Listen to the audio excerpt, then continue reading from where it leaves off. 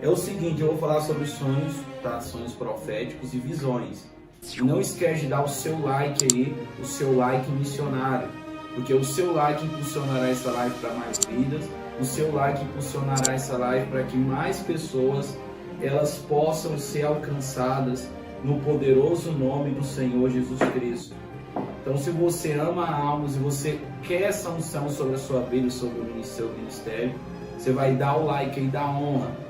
Like da honra, apóstolo? Porque a unção que você honra é a unção que você atrai. Se você der o like da honra, você vai impulsionar essa unção para a sua vida. Você vai impulsionar essa unção para o seu ministério no poderoso nome de Jesus. Então não esqueça, like da honra aí e compartilhe, envie essa live para as pessoas. Eu sei que você conhece muita gente que está nessa campanha com você. Tem outros grupos de oração, intercessão, grupos de igreja. Compartilha para que mais vidas sejam alcançadas e tocadas por Deus no poderoso nome de Jesus. Amém? Quer ler uma passagem aqui, Isaías capítulo 30, verso 10, que dizem aos videntes, não vejais, e aos profetas, não profetizeis o que é reto, e dizem-nos coisas encantadoras, profetizais ilusões. Amém? Se você ler aqui em Isaías 30, você vai perceber que Deus, ele repreende o povo pelo fato do povo estar confiando que o Egito será a salvação deles.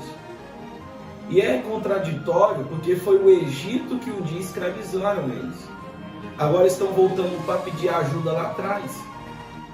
Mas aí você vai perceber as características que faz um povo ser um povo carnal. O que faz um povo ser um povo carnal? Anote aí para você não esquecer. Pecado,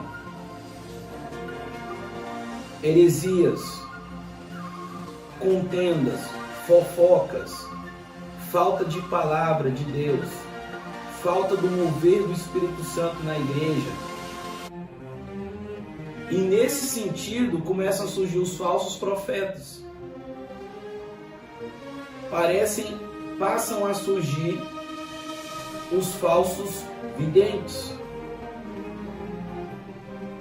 E os verdadeiros profetas e videntes são rejeitados. Então, quando a igreja está ficando carnal, primeiro, um grupo vai rejeitar o mover do Espírito Santo. Outro grupo até quer o mover, mas não tem discernimento. Confunde. Será que essa pessoa caiu, é demônio ou é o Espírito Santo? Ele não tem esse discernimento de espírito para saber dirigir o avivamento. E vai ter um outro grupo, que é o grupo dos exageros. Propósitos, campanhas, os modismos neopentecostais, os exageros que escandalizam o nome de Deus, polêmicas. E no meio desses três grupos haverá sempre pecados escondidos. Haverá vícios, bebedeira, pornografia, adultério, tudo escondido nesses três grupos. Só que existe um quarto grupo no meio do povo de Deus. O primeiro grupo é o grupo dos religiosos. O segundo grupo é o grupo daqueles que até creem no mover, até têm fome de Deus, mas por não terem um fundamento da palavra, ou às vezes até têm um fundamento na palavra, mas ainda não sabem discernir, não têm um conhecimento específico. Você pode perceber que aqui nós ensinamos algumas coisas que você não vai escutar na teologia, que você não vai escutar em lugar algum. Por exemplo, como saber se a pessoa que caiu é demônio ou é Espírito Santo?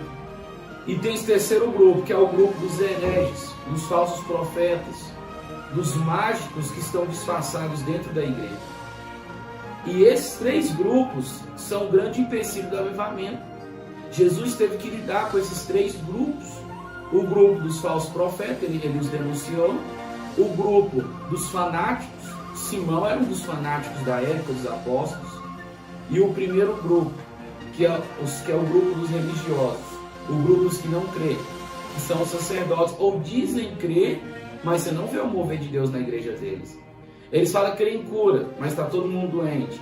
Eles falam que creem em batismo com o Espírito Santo, mas está todo mundo travado, fechado. Eles falam crer em batismo com fogo, mas ninguém fala em línguas. Então você percebe ali que há algo faltando. Eles dizem crer na palavra, mas não há estudo bíblico. Você vai ver que são estudos bíblicos, você não entende muita coisa. São estudos vazios da palavra de Deus.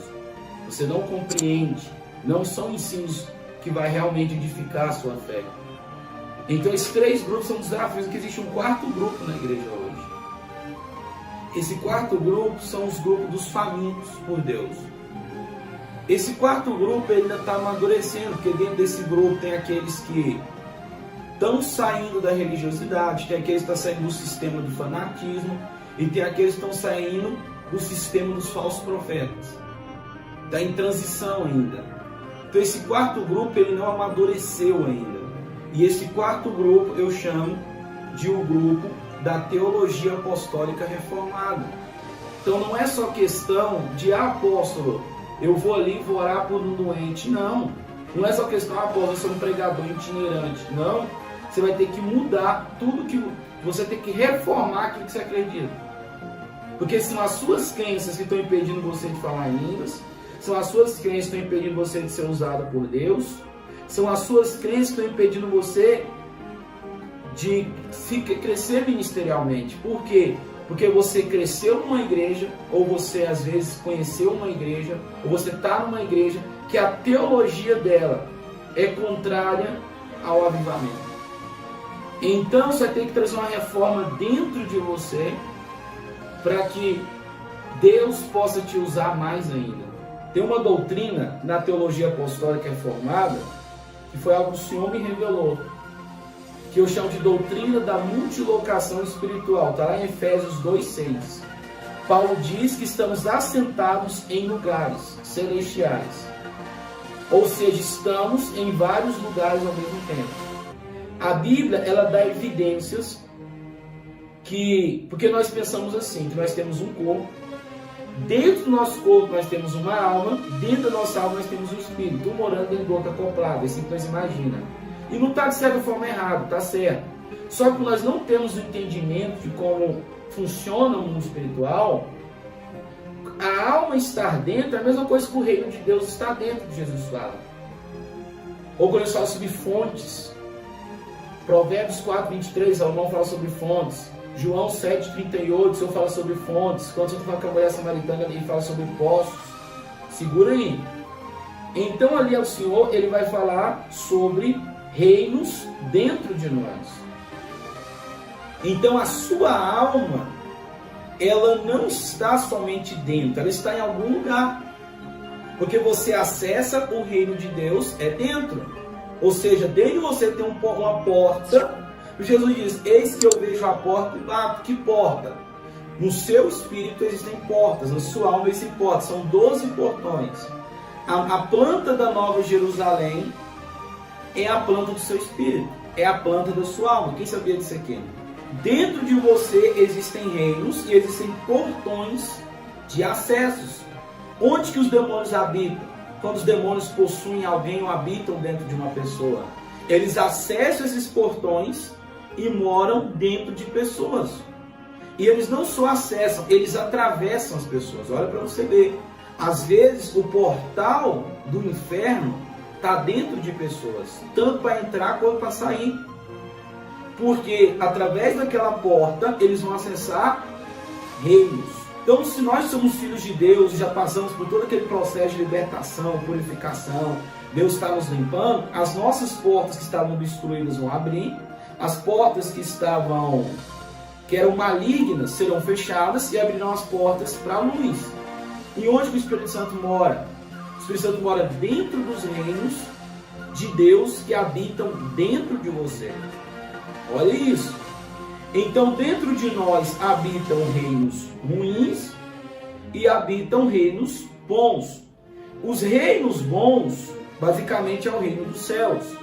Os reinos ruins é o que a Bíblia chama de poços e prisões. Você pode ver que o reino quântico está dentro de você. O reino das células, o reino microscópico, ele está dentro de você. Se você olhar no microscópio, você vai ver que você tem uma célula sua, tem toda uma espécie de fábrica. Já viu o funcionamento de uma célula? Parece uma fábrica. É algo extraordinário. Parece que você está vendo um outro país, um outro planeta, um outro mundo ali só na sua célula. É algo assim extraordinário. Tem prisões que são cidades inteiras. Tem prisões que são poços. E já tem prisões que são zonas de pecado.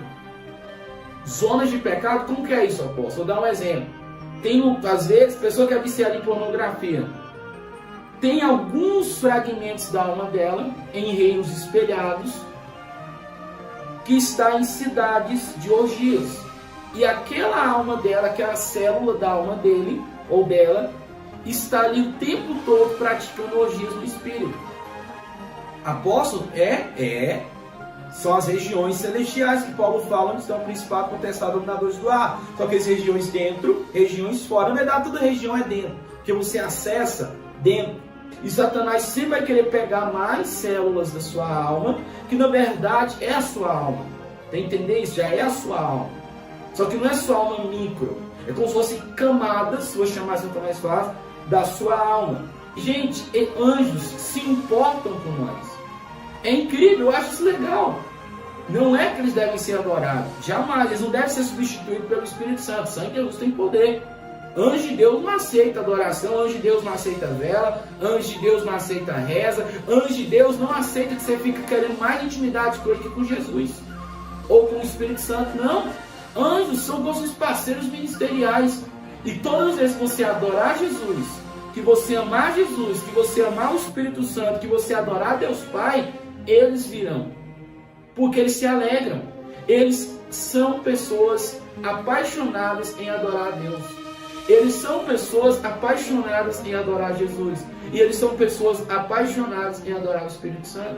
Então quando você está adorando a Deus, eles vão vir para adorar com você.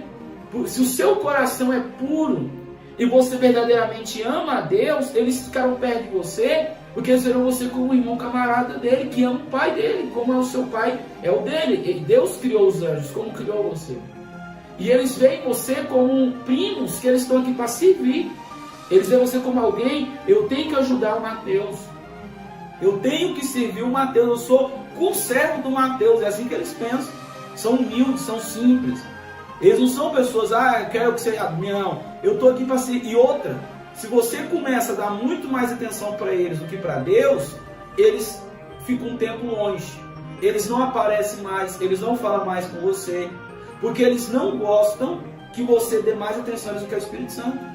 Os anjos te repreenderão. Eles falaram, opa, não fui eu que morri na cruz. É desse jeito que eles falam.